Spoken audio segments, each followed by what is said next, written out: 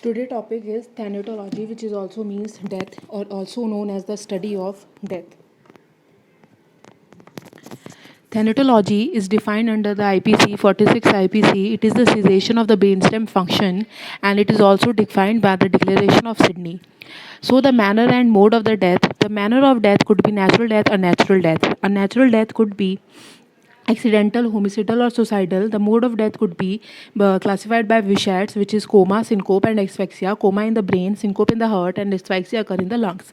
And there is also Bishop tripod of life, which is brain function, circulation, and respiration. If circulation stops, it will lead to, if any of three stops, it will lead to somatic death, which will lead to further molecular death, that is cellular death. And the intervital particle is supravital interval, which is going to be organ harvesting and Zesco phenomena. Zesco phenomena is also known as tandem reaction, which is basically related to the muscular changes which following after death. When the quadriceps is struck, it will lead to the upper movement of patella. Basically, this defines Zesco's phenomena. Now the brain death criteria for the brain death will be the Harvest criteria, which means the cortical brain death, and there is a Minestrone criteria which says the brainstem should be dead. All criteria must be certified within the 24 after, and it should be declared by the two doctors, which is Philadelphia Protocol. Now there is a Human Organ Transplantation Act which is implemented in 1994, and its amendment occurred in 2011. And there is a punishment if there is unauthorized organ removal, that is 10 years, and there is rupees of 20 lakh fine to 1 crore fine, and there is also punishment for tissue trafficking, which is around 3 to 5 years imprisonment. And there is also in your urinary bladder which is never transplanted. Now there is suspended animation, that is the stoppage of the life processes by exposure and endogenous means without terminating life itself, and it could be there are several reasons for it. And now the postmortem changes, like the study of postmortem changes in taphonomy, and there is earliest changes which is insensibility, and there is loss of voluntary power.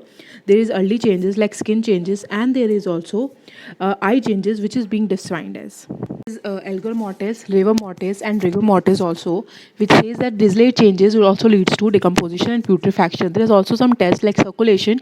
We done the Diaphanous test, Magnus test, and ICA test, which is very important to remember for any competitive exam. And there is respiration, which is being tested by Winslow test. Now there is early postmortem changes. There's like the length of the person increases by 2 to 3 centimeter. Intervertebral disc goes on relaxation. That is the reason behind it. There are several eye changes like Kowalski's sign, K-ine, and hypoxanthine. There is cornea clouding, there is cornea opacity, and there is also IOT. That is IOT basically leads to zero. And there is also very important tachynoia, which is seen in sclera. Now we have to remember very important, that is algor mortis, postmortem cooling, that is decrease in temperature. After that, there are several other names, that is postmortem cooling, algor mortis. It also shows a sigmoid or inverted S curve. There is also ideal site for it, and the subhepatic region, it is the ideal site for it. Now we have the graph for it. This is showing a sigmoid and S-shaped, inverted S-shaped curve, and there is also a time since that we can calculate it by through the rate of fall, which is 0.4 to 0.6 degrees centigrade. It is different in summer and winter. Now the time since that could be calculated by this formula, and there is also time since death we could calculate by normal body temperature minus rectal temperature. In some cases, the body temperature increases after the death for 2 hours. Postmortem caloricity, which is we known as, and it could be vary in the septicemia, cholera, strychnine poisoning, tetanus, and sunstroke. We have to remember these things. Now the livor mortis. Livor mortis is very important because it also contains several important names. It is not touching the body part which touches the ground, basically changes its color, and it usually occurs in the supine position.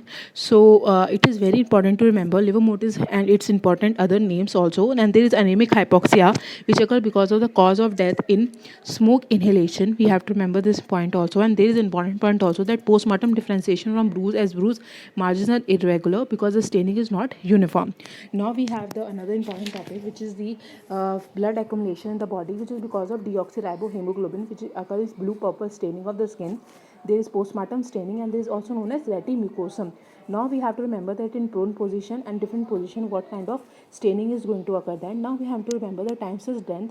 We will see it could be well developed in the 4 hours. We have to remember that there is fixation of hypostasis in 6 to 12 hours, and it is fastest in summers. Now we have to remember the position of the body at the time of death should be prone, supine, and moved. So it could lead to the different stainings. Now we have the causes of the death, which could be by the color of stain, like CO poisoning, cyanide poisoning, and other important terms. Now we have to remember a very important term, which is rigor mortis. It is known as cadaver rigidity, death stiffening. Rigidity of muscle is basically death followed after death. That is after primary relaxation, which is primary flaccidity, and it also leads to different at different times. Now, so RM start increasing, that is the stiffening of the muscles. There is also shortening of the muscles, and it is also known as Somers movement. We have to remember that the first described by Shapiro, which leads to ATP decreased, and that too leads to the actin conversion and myosin conversion lag. Now, there is secondary relaxation is also important. We have to remember Nystrand rule, which describes the sequential onset of rigor mortis in muscle groups. Now there is very important thing that the involuntary muscles are the first to become rigid, myocardium, and the voluntary muscles are the upper eyelid. And then we have to remember that rigor mortis sets in 1 to 2 hours. Then in summers it will leads to the 1 to 2 hours. We have to remember the climate durations, and it's important. We have to remember pugilistic attitude, and it is due to the coagulation of the muscle protein, and it occurs in a condition of rigor mortis. It's heat stiffening, and it's also known as boxer's attitude. Now there is upper eyelid, that is the facial muscles, neck muscles, upper limb, thorax, and abdominal muscles. Now there is a very important thing, that is the uh, upper eyelid, facial muscles, and rule of 12 is also very important. Now we will going to study about the rigor mortis. Rigor mortis has medical legal significance. That is the fetus having the less than age of 7 months. The rigor mortis is absent in the children. We have to study it. And rigor mortis onset is very important to remember. And now its onsets and its duration. It could be striking, acting, early, late. We have to remember its onset. We have to remember its duration. Now there is RM, which is a sign of cellular or molecular death. So these are the important one liners. Now I have to remember the other muscle stiffening following after that. That is the heat stiffening, the cold stiffening, and the gas stiffening. And there is also cadaveric spasm. We have to remember it because it is present in so many questions and MCQs in there. And it is catalytic rigidity, which indicates which basically indicates the time since death. And it is also a mechanism responsible for it. That is the ATP depletion. Now we have to differentiate between the cadaveric spasm and the rigor mortis differences, which is very important to remember. That is the rigor mortis is just occur after the after some time, and it just occur after death. We have to remember it occurs in the voluntary muscles, and it occurs in electrical stimuli, and it responds to the electrical stimuli. And we have to remember that it cannot be broken with forces. There is modes of death, and that's it for it. And we have to remember that indicate the manner of death, and this indicates the time of the death. So it is a very important differences between the cadaveric spasm and the rigor mortis, which we have to remember for solving MCQs. Now it's the thanatology part 2, which is the decomposition, putrefaction, which we're going to study, which is very important. Decomposition is the surest sign of the death, and so it basically represents the color change in the body, gas formation, necrosis, and it's the most important factor. That the most important bacteria we have to remember, that is the Clostridium welchi, and it leads to the decomposition. We have to remember the greenish and the reddish purple discoloration usually occur firstly upper at the right iliac fossa, and we have to remember it is the first external change. Then we have to remember the cacum, and green color basically because of sulfa hemoglobin, H2S gas. And we have to remember that the first internal sign is bluish discoloration of intima of aorta. Second internal sign is basically under surface of liver, and the marbling is also another surest sign of it, which is a prominent of superficial vein. It is very important for MCQs. Greenish or reddish brownish in color, and seen at 24 to 36 hours. And we have to remember the marbling occurs at chest, thigh, and neck. Now we have here is a picture of marbling. Now we study about the maggots. We have to remember the name of the famous house flies. We have to remember it occurs after 48 hours. We have to remember the honeycombing appearance, basically seen in putrefaction. It is a sign seen in the liver. We have to remember that forensic entomotoxicology and its date and time when it occurs. And that's it for it. We have to remember these are the important points about forensic entomotoxicology, and its important parts are these. And that honeycomb reaction is very important to remember for the putrefaction. Now we will going to study about the 2-3 days what happened. There is gas production, which is the post-mortem purge. There is gastric content leak out and from the body, from the anal and the oral. which is not vomiting. There is respiratory content which comes out through the nostril. There is not frothing. There is separation of ununited sutures of the skull, which is 3 to 5 days. There is also colligative necrosis.